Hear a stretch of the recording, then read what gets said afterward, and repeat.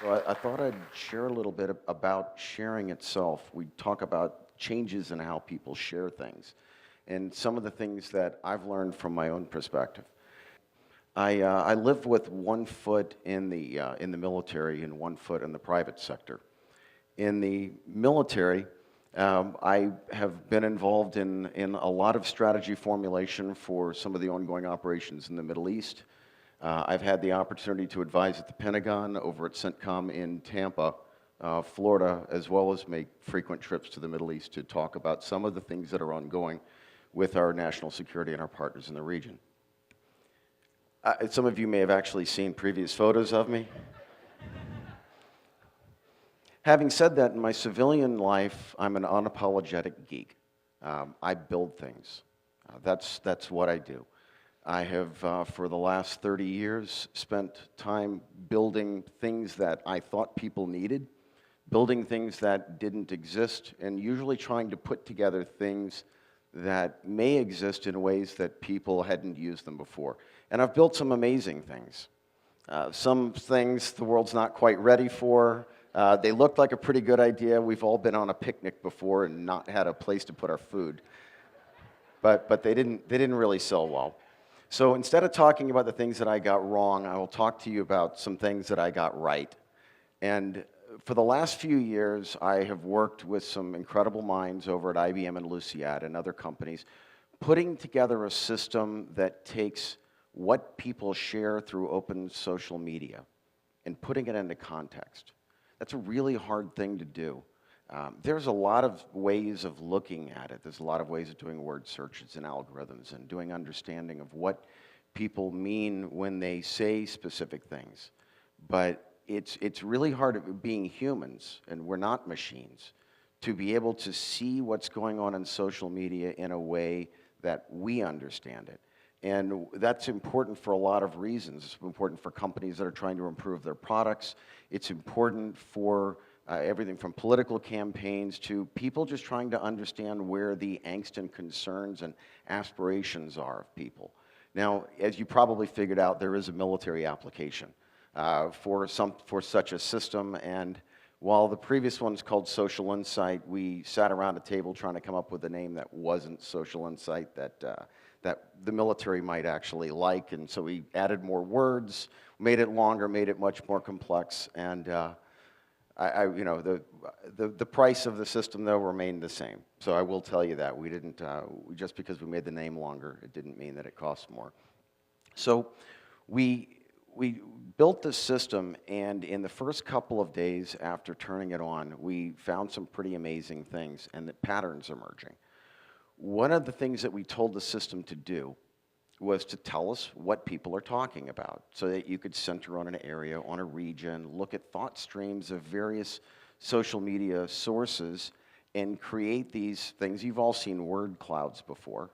And in turning the system on, we immediately noticed that the Iraqi and Kurdish forces were retaking the town of Sinjar. So we looked to the news media, and my chief operations officer is a Navy SEAL, and we're involved in national security. I asked him, is this out yet? He said, no, it's not out yet. So that was pretty impressive to see that while something is ongoing in your neighborhood, you're already talking about it, and you're sharing it amongst yourselves. And we found a lot of interesting things. We found that a mid-40s insurance executive likes to dress up as Batman. That was, it's amazing some of the things that you find. People have been sharing for a long time, and social media is just a new way to do it. And so, a quick little history lesson, and I think a lot of us remember this, the good old days when you wanted to know something, you asked people.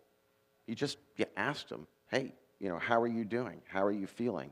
At some point, somebody came up with the great idea that if you ask enough people, it begins to establish and reveal a trend, so they came up with surveys. I think we've all done this. That's not just at your doctor's office.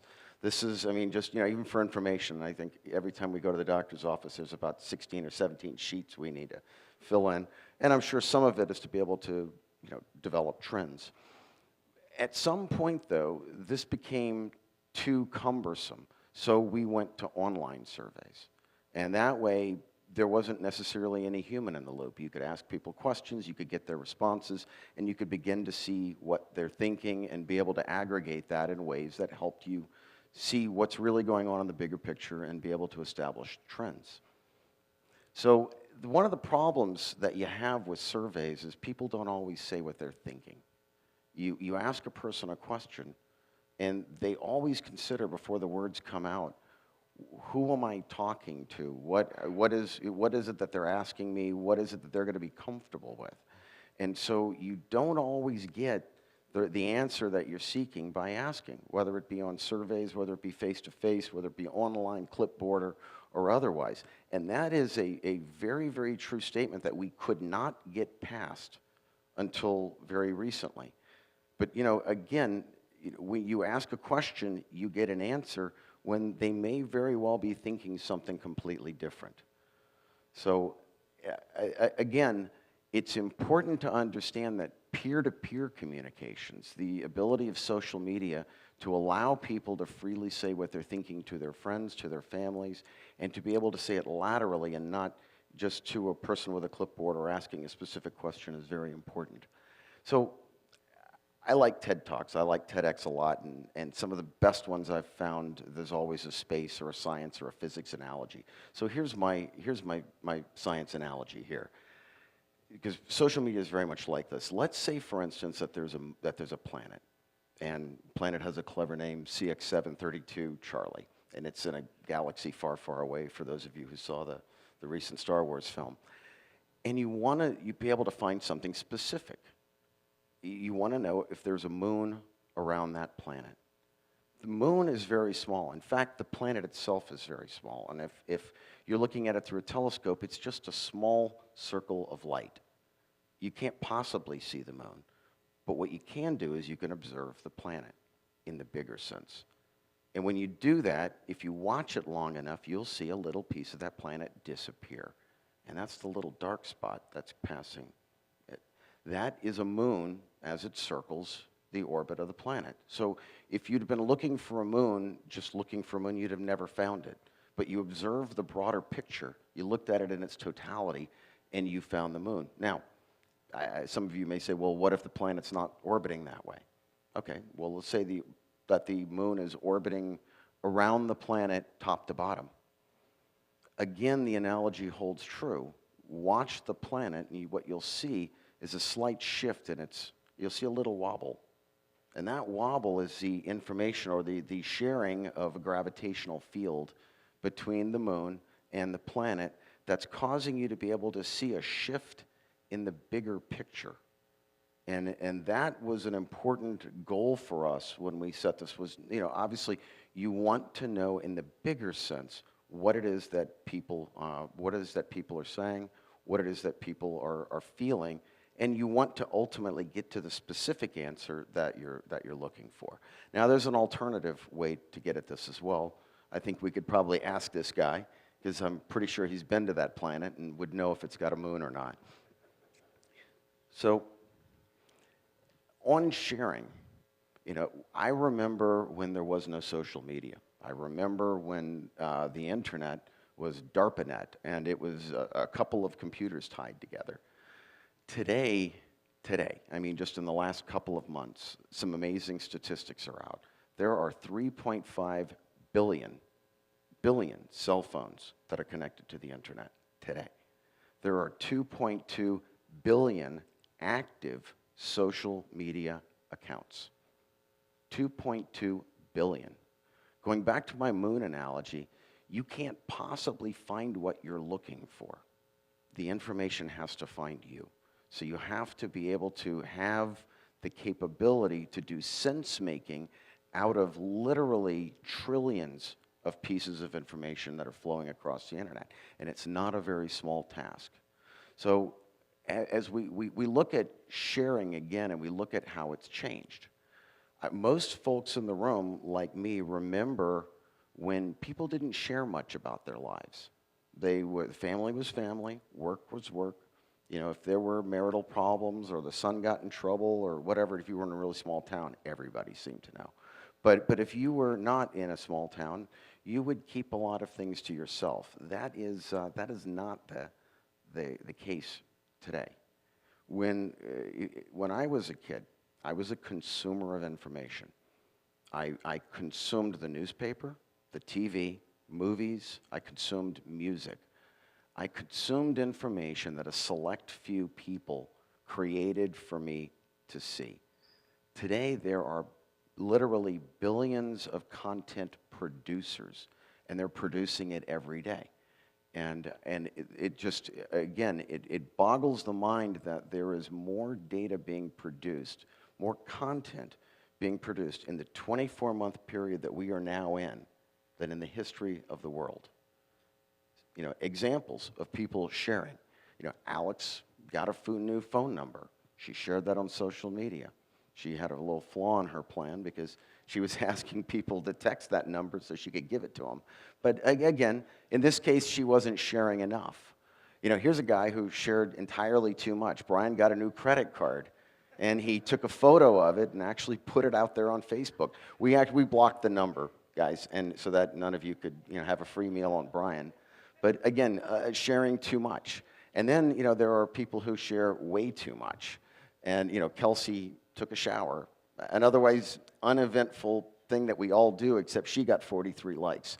I don't think that I would get 43 likes. So sometimes people share so much onto the internet that it doesn't go away. It stays there. In this particular case, you have a person who's out there feeling the fun of the evening. They share something.